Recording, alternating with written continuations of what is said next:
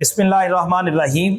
شرح میں تو عامل ہمارے اسباق چل رہے تھے، تو آج ہم نے ترکیب کرنی ہے فاللفظیۃ منہا علی ضربین، آگے سماعیۃ و قیاسیۃ، سماعیۃ و قیاسیۃ، سماعیۃ و قیاسیۃ، سماعیہ اور قیاسیہ، اس پہ تینوں اعراب پڑھے جا سکتے ہیں، وہی جیسے ہم نے میاتو عاملین کے بعد لفظیتن و معنویتن، لفظیتن و معنویتن، لفظیتن و معنویتن، جیسے اس کی ترکیب کی تھی نا، بالکل سیم اسی طرح سے کریں گے۔ انہوں نے بتا دیا تھا کہ اجمال کے بعد تفصیل آ جائے تو وہاں تین ترکیبیں ہوتی ہیں۔ ایک یہ ہے کہ تفصیل میں سے ہر ایک کو بذریعہ عطف آپ بدل بنا دیں، کس سے؟ اجمال سے۔ اجمال کو مبدل مینو بنائیں اور تفصیل کو بذریعہ عطف معطوف علیہ معطوف بنا کے سارا۔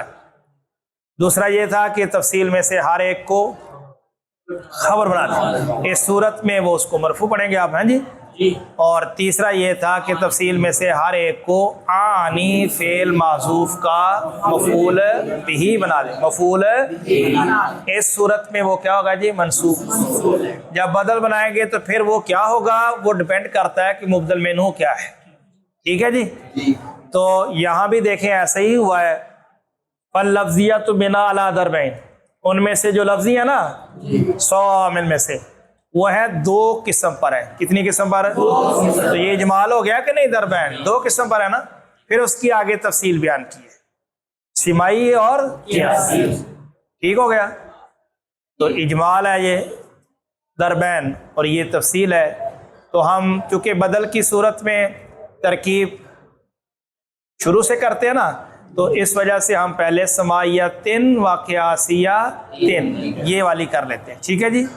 چلیں، فا تفصیلیہ، فا تفصیلیہ یعنی جو تفصیلی، وہ جملہ جس کے ذریعے تفصیل بیان کرنا مقصود ہو، اس پر جو فا آتی ہے اس کو ظاہر ہے فا تفصیل ہوتی ہے، فا برائے تفصیل، فا تفصیلیہ، یہ تفصیل بیان ہو رہی ہے نا، 100 عامل تھے لفظی اور معنوی، اب اس کی آگے تفصیل بیان ہو رہی ہے، لفظی اس کی پھر دو آگے قسمیں ہیں، تفصیل بیان ہو رہی ہے، تو فا تفصیلیہ۔ اللفظیۃ، اللفظیۃ یہ صفت بنے گی، اللفظیۃ کیا ہے جی؟ صفت، اور اس کا جو موصوف ہے وہ معذوف ہے، العوامل،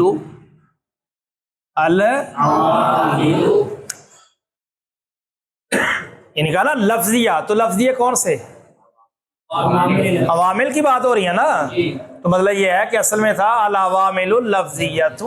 یہ لفظی کیا چیز ہے؟ کیا لفظی؟ عامل لفظی نا۔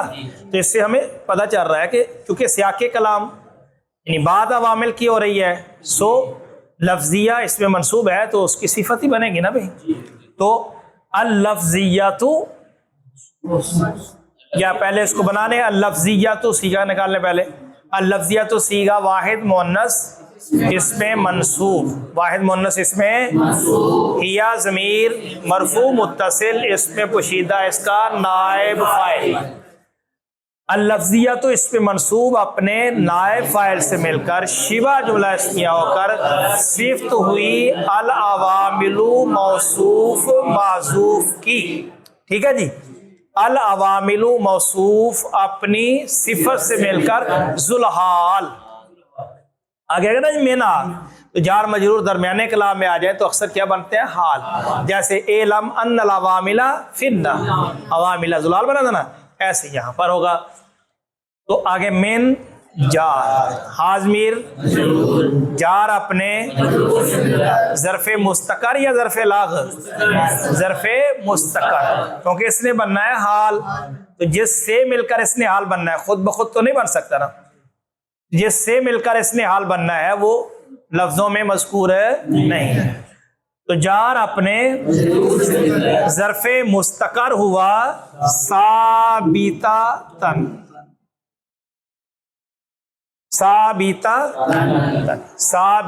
تن کے، ثابتہ تن نہیں، اس نے کیا بننا ہے؟ حال. تو حال کیا ہوتا ہے؟ منصوب. ٹھیک ہے بیٹا.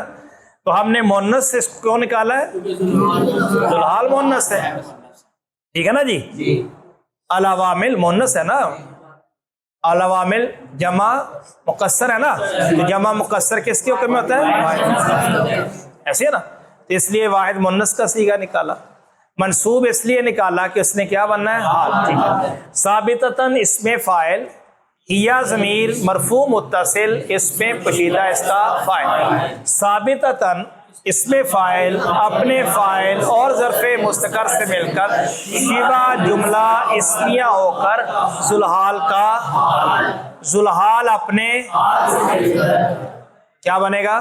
مبتدا. کیا بنے گا؟ کہ یہ جملہ کون سا ہے؟ اسمیہ. ٹھیک ہے جی. اب آگے الا جار در بینی. اب اگر سماعیتن قیاسیتن پڑھنا نا، پھر ہم اس کو بنائیں گے مبدل من. کیا بنائیں گے؟ پھر ہم در بینی مبدل من. سماعیتن صیغہ واحد مؤنث اس میں منصوب، ہیا ضمیر مرفوع متصل اس میں پوشیدہ اس کا نائب، اس میں منصوب اپنے نائب فاعل سے مل کر شبہ جملہ اسمیہ ہو کر معطوف علیہ عرف قیاسیتن صیغہ واحد مؤنث اس میں منصوب، ہیا ضمیر مرفوع متصل اس میں پوشیدہ اس کا نائب، اس میں منصوب اپنے نائب فاعل سے مل کر شبہ جملہ اسمیہ ہو کر معطوف، معطوف علیہ اپنے مبدل مینو کا، مبدل مینو اپنے الا جار کا، جار اپنے ظرف مستقر ہوا کس کا؟ ثابتۃن. ثابتۃن. اب اس کو ثابتۃن مرفوع کیوں نکالا ہے؟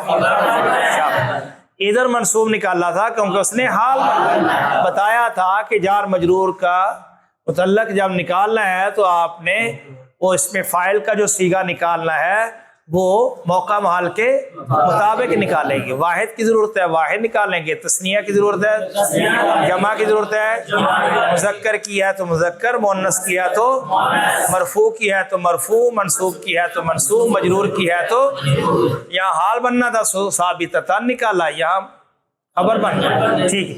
ثابتۃ صیغہ واحد مؤنث اس میں فاعل، ہیا ضمیر مرفوع متصل اس میں پوشیدہ اس کا فاعل، اس میں فاعل اپنے فاعل اور ظرف مستقر سے مل کر شبہ جملہ اسمیہ ہو کر مبتدا کی خبر، مبتدا اپنی جملہ اسمیہ خبریہ ہوا.